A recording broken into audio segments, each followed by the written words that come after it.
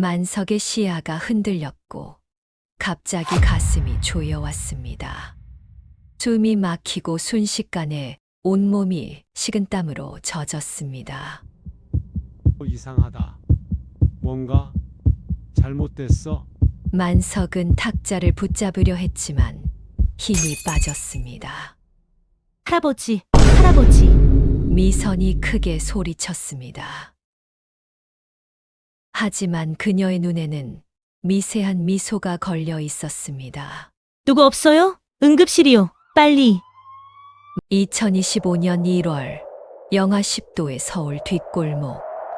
박만석 노인은 얼어붙은 리어카를 끌고 힘들게 한 걸음 한 걸음 걷고 있었습니다.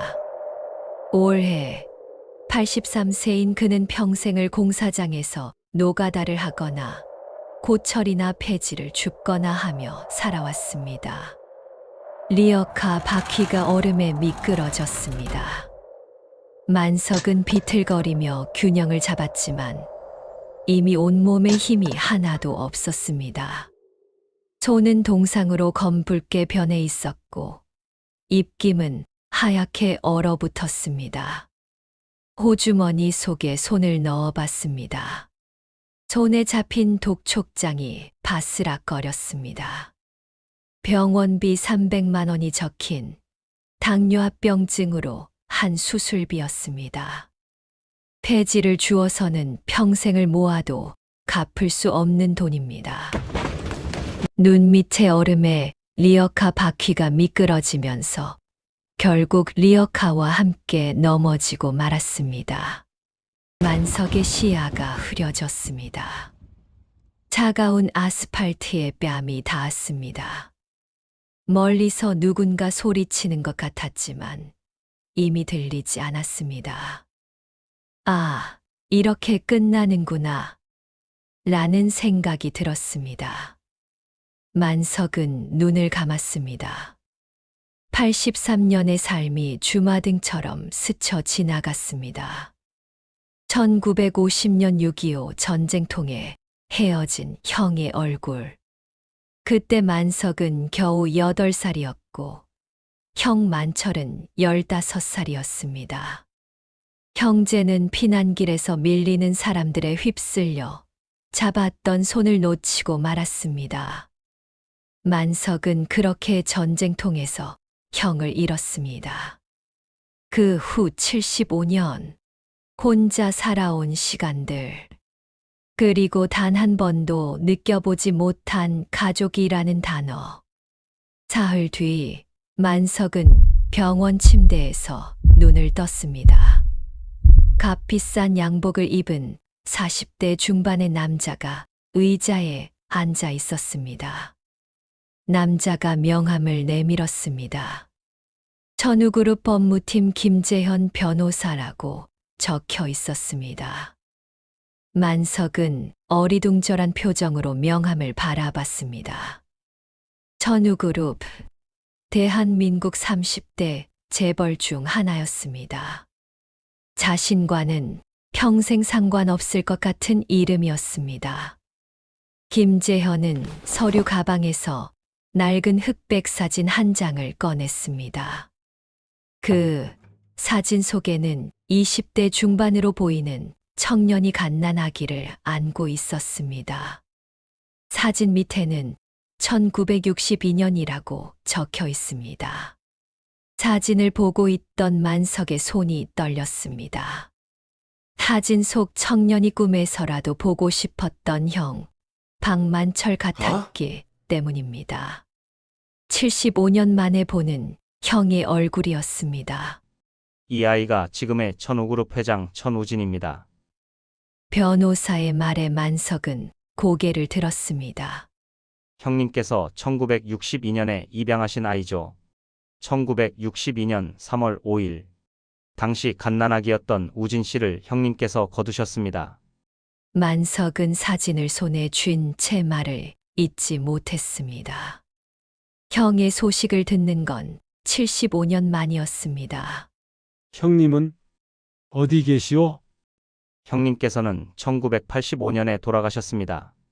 우진 회장님이 23 대학을 막 졸업할 때였습니다.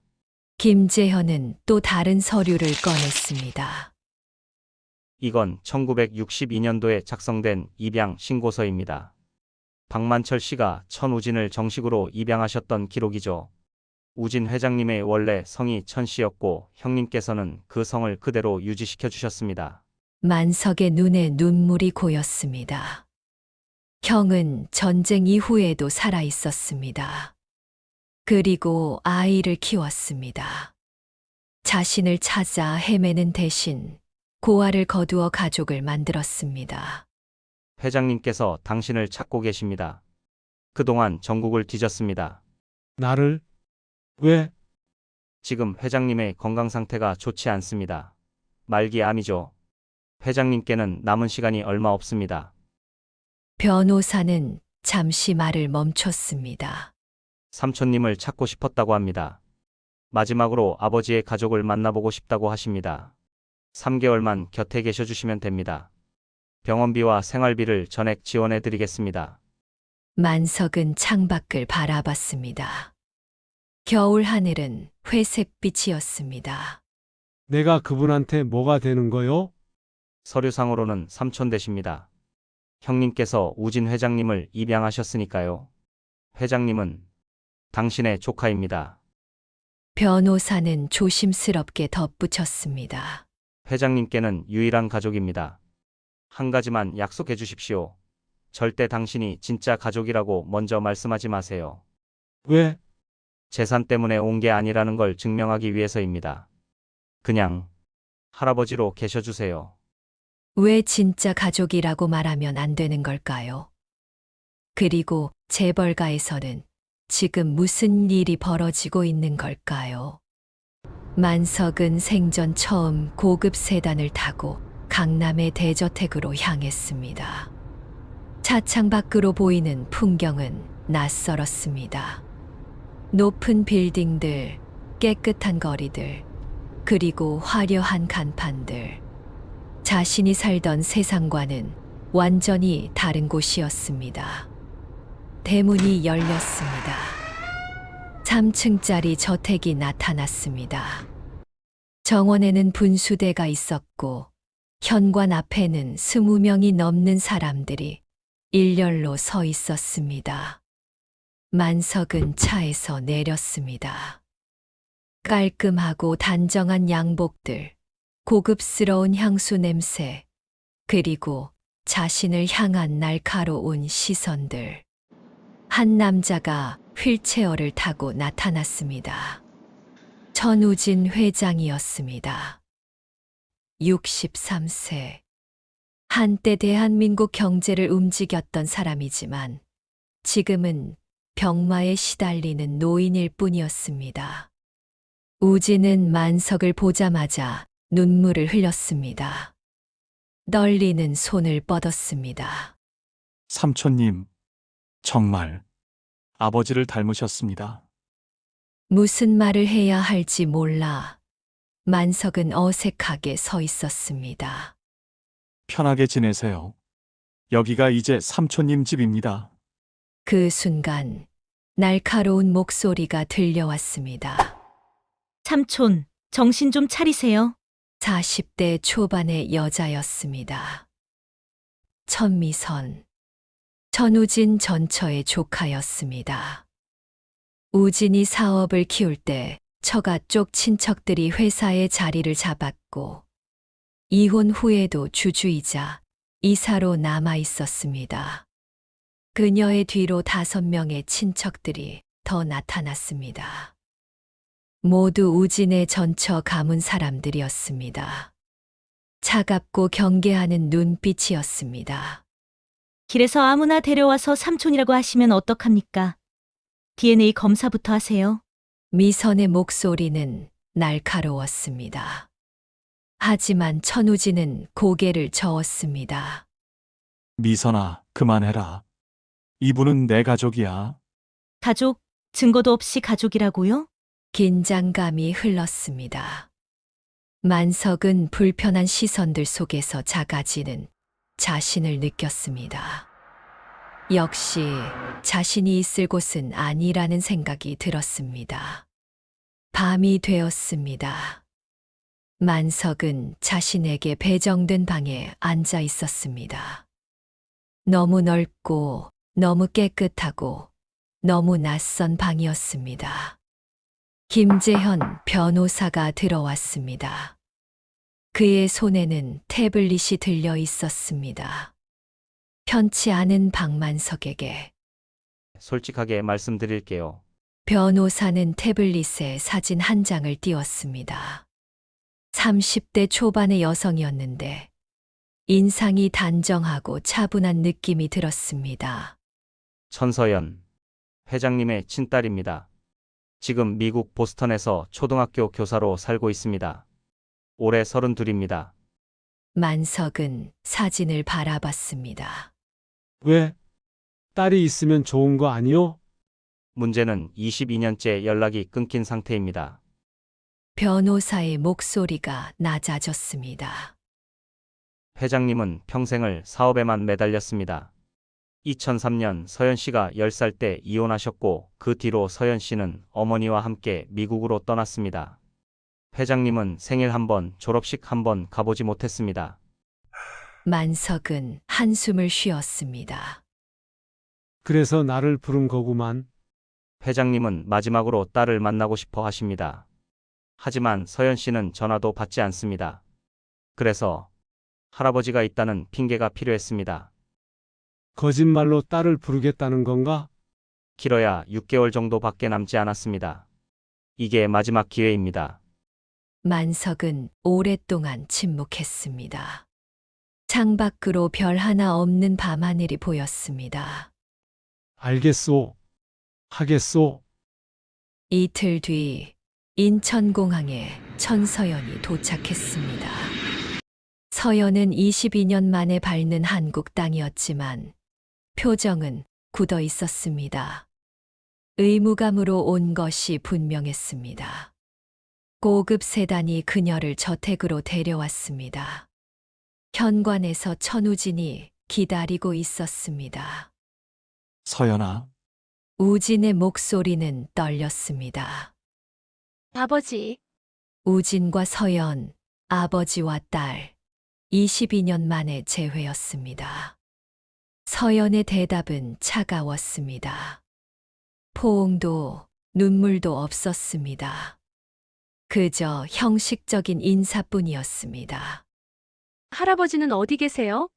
서연은 아버지를 거들떠보지도 않고 만석을 찾았습니다. 만석은 거실 한쪽에 앉아 있었습니다. 여기 있소. 서연은 만석에게 다가와 고개를 숙였습니다. 안녕하세요, 할아버지. 천서연입니다. 형식적이고 감정이 없는 인사였습니다. 만석은 그걸 느낄 수 있었습니다. 그날 저녁 식사 시간이었습니다. 거대한 식탁에는 서연을 배려한 프렌치 코스 요리가 차려졌습니다. 작은 접시 위에 예술처럼 배치된 음식들. 하지만 만석은 당황했습니다. 만석은 조용히 일어나 부엌으로 향했습니다. 만석은 속으로 이게 뭐람 이걸로 배가 차겠나? 싶은 생각이 들기도 하고 주방장과 집사들이 놀라 달려왔지만 만석은 이미 냉장고를 뒤지고 있었습니다. 만석은 찬장에서 누룽지를 찾아내고 작은 냄비에 물을 담아 가스레인지에 올렸습니다. 오래된 기억이 손끝에 남아 있었습니다. 75년 전 형이 끓여주던 숭늉의 맛. 얼마 뒤 고소한 냄새가 부엌에 퍼졌습니다. 어르신, 뭐 하세요? 집사가 황급히 말렸지만 만석은 숭늉을 그릇에 담았습니다. 만석은 숭늉을 들고 식탁으로 돌아왔습니다. 모두가 어리둥절한 표정으로 그를 바라봤습니다. 나는 이게 더 좋소. 형님이 어렸을 적에 끓여주시던 맛이라오. 서연 씨도 한 그릇 하겠소? 서연은 망설였습니다. 하지만 묘하게 그 냄새가 익숙했습니다. 어린 시절 아버지가 가끔 끓여주던 그 맛. 네. 주세요. 먹을게요. 서연이 작게 대답했습니다. 만석은 그릇에 숭늉을 따라 건넸습니다. 서연은 한 모금 마셨습니다. 고소하고 따뜻했습니다. 그리고 왠지 눈물이 날 것 같았습니다. 어렸을 때 아빠가 이거 끓여주신 적 있어요. 할아버지가 가르쳐 주셨다고. 서연이 중얼거렸습니다. 우진은 멀리서 두 사람을 바라봤습니다. 딸이 22년 만에 처음으로 어린 시절 이야기를 꺼냈습니다. 우진은 조용히 중얼거렸습니다. 아버지, 당신이 진짜 가족이었으면 회장은 왜 진짜 가족이었으면이라고 말한 걸까요? 만석은 정말 남이었던 걸까요? 그렇게 한 달이 흘렀습니다. 만석과 서연은 조금씩 가까워졌습니다. 매일 저녁 정원을 산책했고 서연은 조금씩 마음의 문을 열기 시작했습니다. 어느 날 오후 천미선이 만석을 찾아왔습니다. 그날은 평소와 달리 공손한 태도였습니다. 할아버지, 차 한 잔 드시겠어요? 제가 직접 우린 녹차입니다. 만석은 경계했지만 거절할 이유가 없었습니다. 찻잔이 앞에 놓였습니다. 고맙소. 만석은 차를 한 모금 마셨습니다. 차의 쓴맛이 강하다는 생각이 들었습니다. 미선이 천천히 입을 열었습니다. 할아버지, 솔직하게 여쭤볼게요. 여기 온 진짜 이유가 뭐예요? 삼촌한테 재산이 목적 아니신가요? 만석은 찻잔을 내려놓았습니다. 나는 돈이 필요해서 온 게 아니오. 그럼 증명해 보세요. DNA 검사 한번 하시죠. 그 순간이었습니다.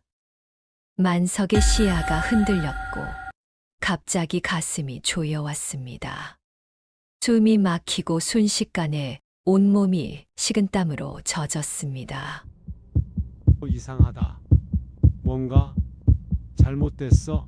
만석은 탁자를 붙잡으려 했지만 힘이 빠졌습니다. 할아버지, 할아버지. 미선이 크게 소리쳤습니다.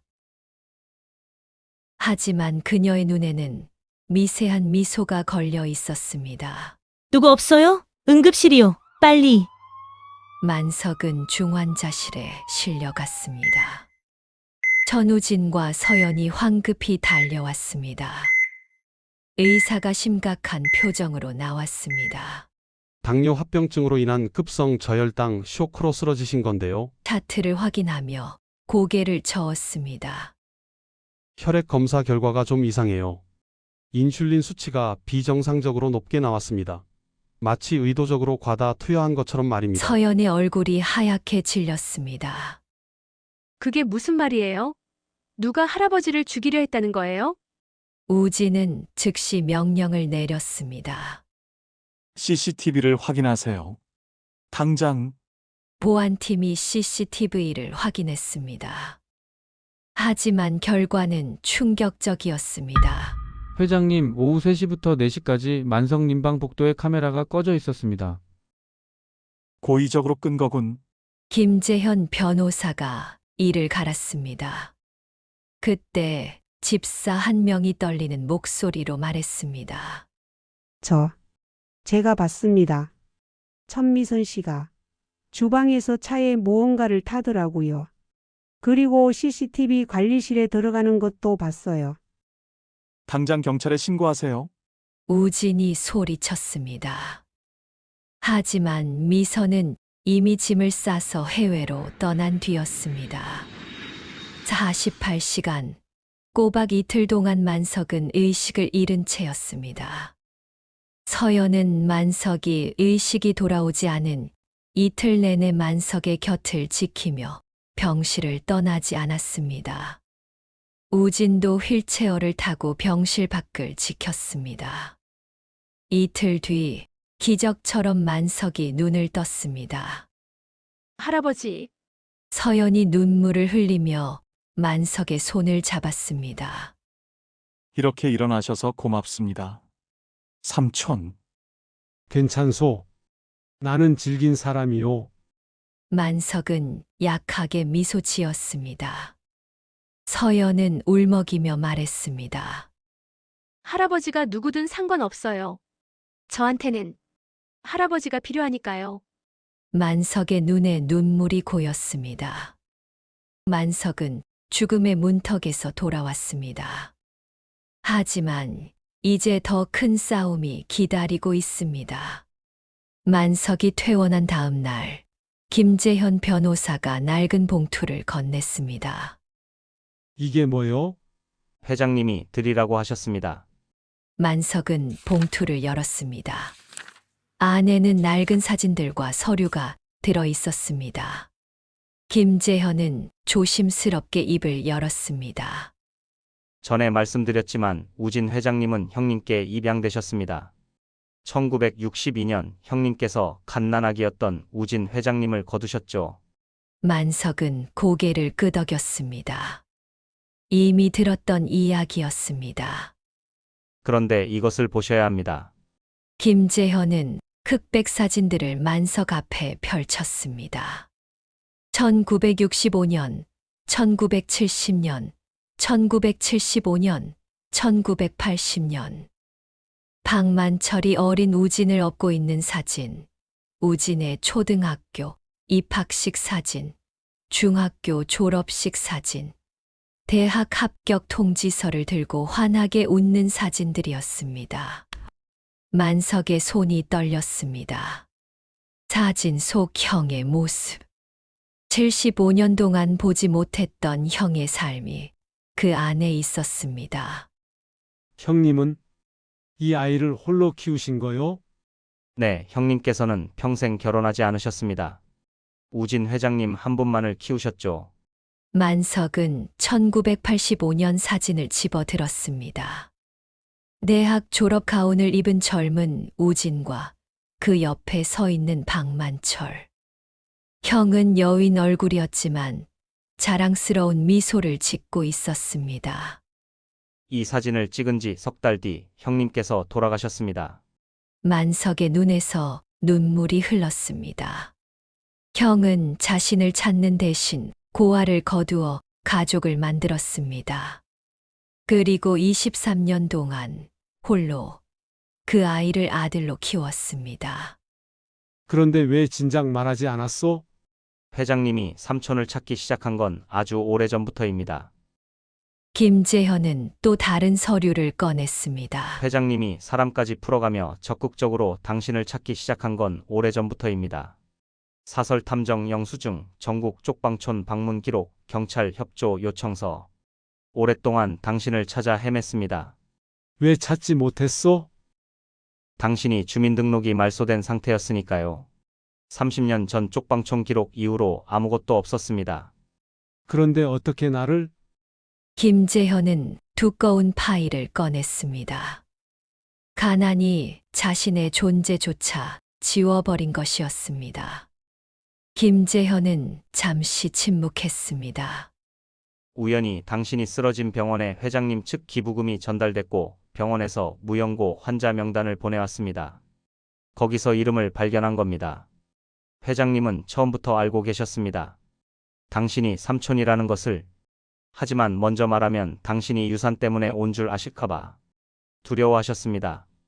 만석은 눈을 감았습니다. 목이 메었습니다. 형님, 미안하오.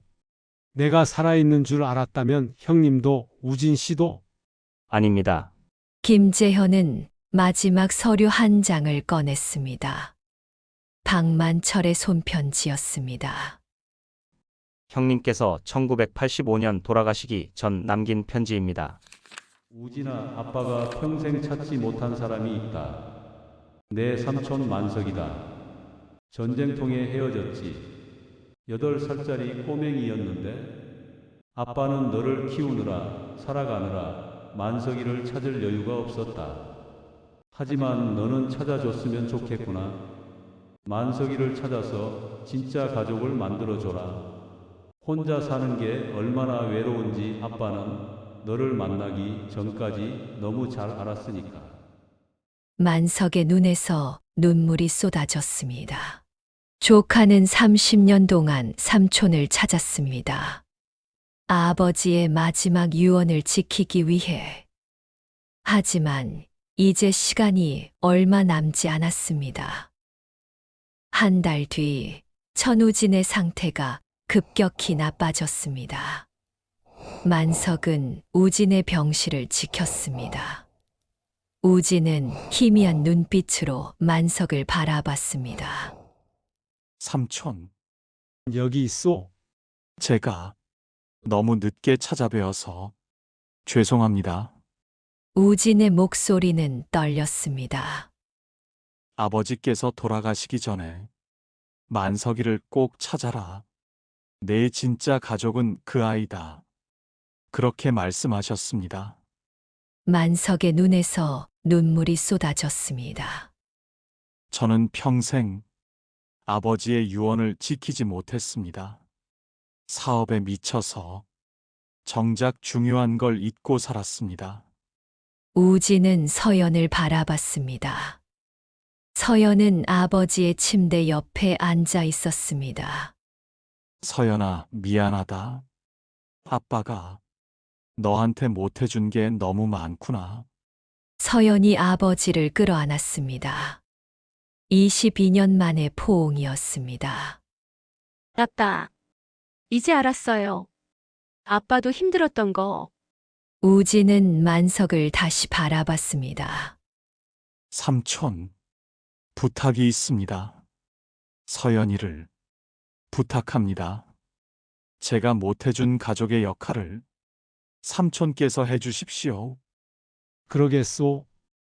그날 밤 천우진은 조용히 눈을 감았습니다. 만석은 우진의 손을 잡고 있었습니다.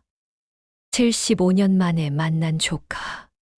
고작 석 달을 함께했지만 그것은 만석의 인생에서 가장 따뜻한 시간이었습니다. 장례식이 끝난 일주일 뒤 변호사 사무실에서 유언장이 공개되었습니다. 천미선을 비롯한 전처 가문의 친척들, 회사 임원들이 모두 모였습니다. 긴장감이 감돌았습니다. 김재현이 유언장을 읽기 시작했습니다. 천우그룹 회장 천우진의 유언입니다. 전 재산의 40%를 박만석에게, 40%를 천서연에게, 그리고 나머지 20%는 고아 복지재단에 기부합니다. 순간 회의실이 폭발했습니다. 천미선이 테이블을 쳤습니다. 다른 친척들도 소리쳤습니다. 임원들은 웅성거렸습니다. 하지만 그들의 목소리는 구체적으로 들리지 않았습니다. 다만 분노와 불만으로 가득 찬 소음일 뿐이었습니다. 만석은 조용히 일어났습니다. DNA 검사를 하겠소. 모두가 만석을 쳐다봤습니다. 내가 정말 회장님의 가족이 맞는지 검사해 보시오.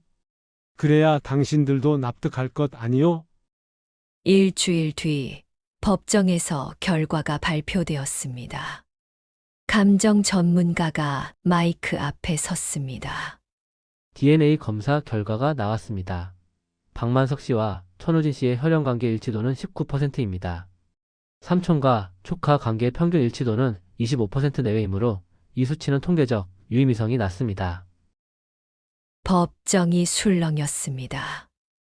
천미선이 자리에서 벌떡 일어났습니다. 봐요. 가짜라니까요. 사기꾼한테 재산을 줄 수는 없잖아요. 다른 친척들도 환호했습니다. 판사가 만석을 바라봤습니다. 박만석 씨 할 말 있습니까? 만석은 고개를 저었습니다. 없습니다. 저는 처음부터 피로 연결된 가족이 아니었습니다.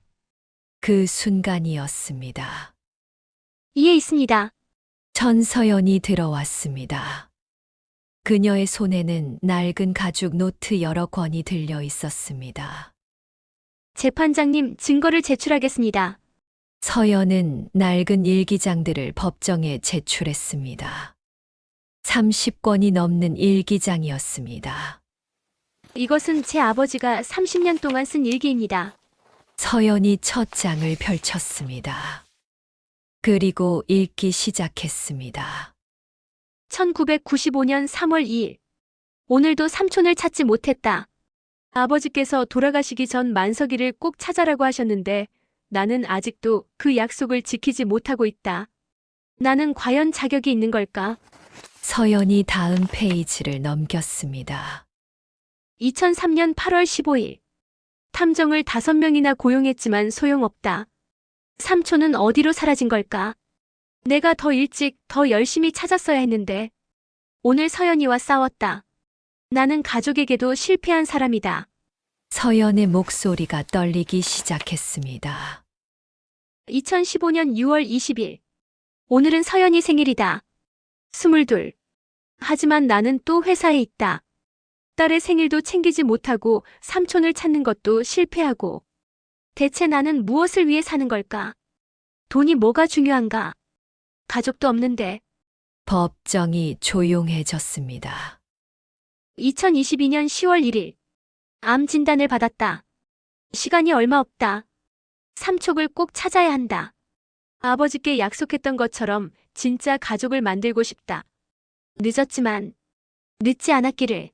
서연은 눈물을 닦으며 또 다른 서류 뭉치를 꺼냈습니다. 이것은 아버지가 30년 동안 사설 탐정에게 지불한 비용 영수증입니다. 총 15억 원입니다. 그리고 이것은 제가 개인적으로 의뢰한 추가 DNA 검사 결과입니다. 서연은 새로운 서류를 제출했습니다. 미토콘드리아 DNA 검사 결과, 박만석 할아버지와 제 아버지는 공통 유전 마커를 공유합니다. 이것은 형제의 자손관계를 입증하는 검사입니다. 첫 번째 검사에서 일치도가 낮게 나온 것은 60년이 넘는 시간 동안의 샘플 열화 때문입니다. 판사가 서류를 검토했습니다. 서연은 만석을 바라보며 말을 이었습니다. 하지만 재판장님, 그게 중요합니까? 법정이 숙연해졌습니다. 법적으로는 애매할 수도 있습니다. 하지만 제 아버지는 30년 동안 이분을 찾았습니다. 사업보다 돈보다 이 사람을 찾는 게 더 중요했습니다. 서연의 눈에서 눈물이 흘렀습니다. 제 아버지는 평생 가족을 제대로 돌보지 못한 사람이었습니다. 저한테도 못난 아버지였습니다. 하지만 단 한 가지, 아버지께 받은 유언만큼은 지키려고 애썼습니다. 만석이를 찾아라. 내 진짜 가족은 그 아이다. 서연은 법정을 돌아보았습니다. 그게 가족 아닙니까? 핏줄로 증명하는 게 아니라 마음으로 증명하는 게 가족 아닙니까? 법정이 깊은 침묵에 잠겼습니다. 판사가 입을 열었습니다. 유언자 천우진 씨는 명확한 의지를 가지고 박만석 씨에게 재산을 남겼습니다. 30년간의 기록과 추가 DNA 검사 결과가 이를 뒷받침합니다. 임양으로 인한 서류상 가족관계도 명백합니다. 따라서 유언은 유효합니다. 전미선의 얼굴이 창백해졌습니다. 다른 친척들도 허탈한 표정을 지었습니다. 판결이 내려진 직후 법정 뒤쪽 문이 열리고 이어서 형사 2명이 들어왔습니다. 그들은 곧장 천미선에게 다가갔습니다. 천미선 씨, 당신을 살인미수 혐의로 체포합니다. 묵비권을 행사할 수 있으며 변호인을 선임할 권리가 있습니다. 뭐예요? 증거도 없잖아요. 미선이 소리쳤지만 형사는 태블릿을 보여줬습니다. 해외 도피 중 공항에서 발견된 당신의 가방에서 인슐린 주사기가 나왔고 당신이 구매한 온라인 약국의 기록도 이미 확보했어요. 그리고 CCTV 시스템에 접근한 기록도 찾았습니다. 미선의 얼굴이 창백해졌습니다. 저는 그냥 회사를 지키려고. 자, 함께 가시죠. 법정 밖으로 끌려가는 미선을 보며 만석은 조용히 한숨을 쉬었습니다. 욕심이 사람을 망치는 모습을 또 한 번 보았습니다. 가난한 노인이 재벌가의 40%를 상속받았습니다. 아기는 벌을 받았습니다. 하지만 진짜 이야기는 지금부터입니다. 판결 이후 일주일이 흘렀습니다. 만석은 서연을 변호사 사무실로 불렀습니다. 무슨 일이세요, 할아버지?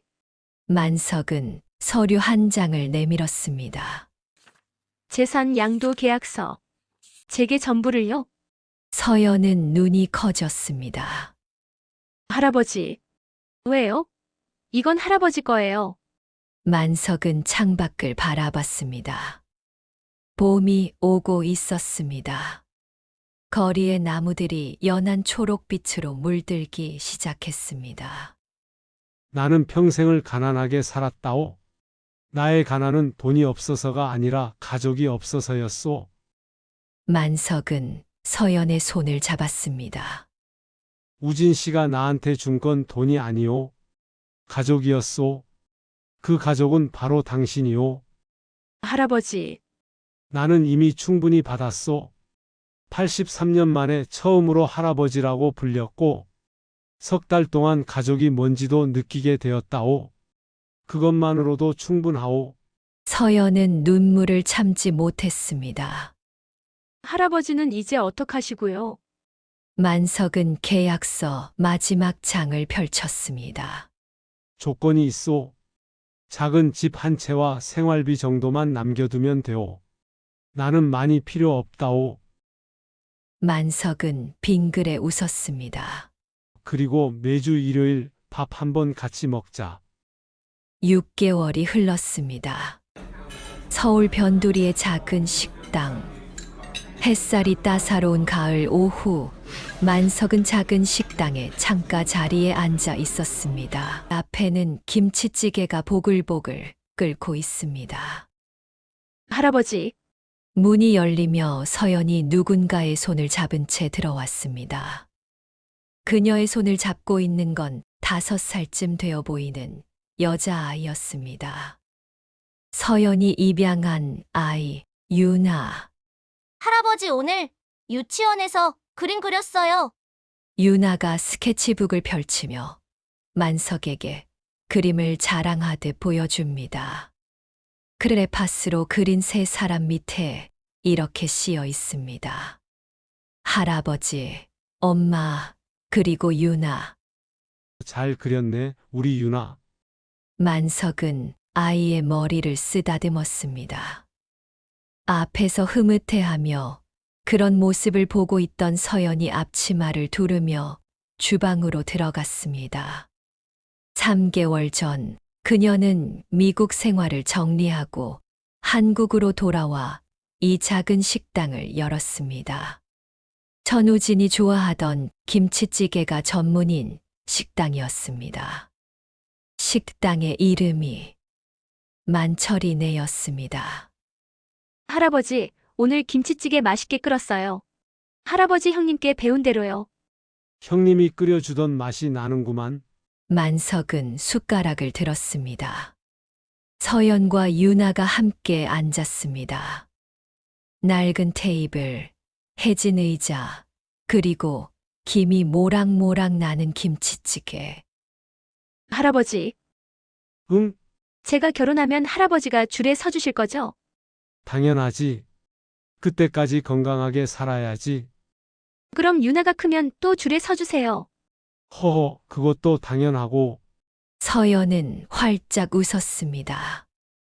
22년 만에 되찾은 진짜 웃음이었습니다. 유나가 깔깔 웃으며 김치찌개를 떠먹었습니다. 할아버지, 사랑해요. 할아버지도 우리 유나 많이 사랑한단다. 만석은 두 사람을 바라보았습니다. 83년을 살아오며 한 번도 느껴보지 못한 감정이었습니다. 따뜻함, 그리고 집이라는 단어의 진짜 의미에 대해서. 그날 오후 세 사람은 한강 공원을 걸었습니다. 유나가 비둘기를 쫓아 뛰어갑니다. 서연은 만석에 팔짱을 끼고 천천히 걷습니다. 할아버지, 어젯밤 아빠가 꿈에 나왔어요. 그랬구만. 고맙다고 했어요. 할아버지를 만나게 해줘서. 그리고 저한테도 가족을 돌려줘서. 만석은 하늘을 올려다봤습니다. 구름 한 점 없는 맑은 가을 하늘이었습니다. 형님, 우진이는 좋은 아들이었소. 자랑스러워 하셔도 됩니다. 그리고 형님도 좋은 아버지였소. 바람이 불었습니다. 선선한 기분이 좋아지는 가을 바람이. 서연은 가방에서 아버지의 사진을 꺼내었습니다. 사진 속의 천우진은 희미하게 웃고 있습니다. 아빠, 우리 잘 살고 있어요. 할아버지 덕분에 가족이 뭔지 알게 됐어요. 늦었지만, 이제라도 알게 돼서 다행이에요. 만석은 서연의 어깨를 감싸 안았습니다. 유나가 돌아와 두 사람의 손을 잡았습니다. 할아버지, 엄마, 빨리요. 저기 아이스크림 트럭이 있어요. 셋은 손을 잡고 걸어갑니다. 가을 햇살 속으로 만석은 걸으면서 생각했습니다. 83년의 인생에서 75년을 혼자 살았지만 마지막 1년이 그 모든 외로움을 채워주었습니다. 형님, 당신 덕분에 나도 가족을 얻었소. 고맙소. 가족은 핏줄이 다가 아니었습니다. 함께한 시간도 아니었습니다. 진짜 가족은 서로를 찾아 헤매는 그 마음이었습니다. 83세의 박만석, 75년을 외롭게 혼자 살았지만 마지막 1년 동안 가족, 진짜 가족과 함께 했습니다. 나를 찾아 30년을 헤맨 조카, 22년을 기다린 손녀, 그리고 5살짜리 증손녀까지. 봄은 언제나 옵니다. 겨울이 그 아무리 춥고 길다 해도 시간이 지나 모질던 그 겨울이 지나면 결국 봄은 옵니다. 만석의 봄은 83년 만에 찾아왔습니다. 그리고 그 봄은 이제 서연에게도 유나에게도 따뜻하게 이어질 것입니다.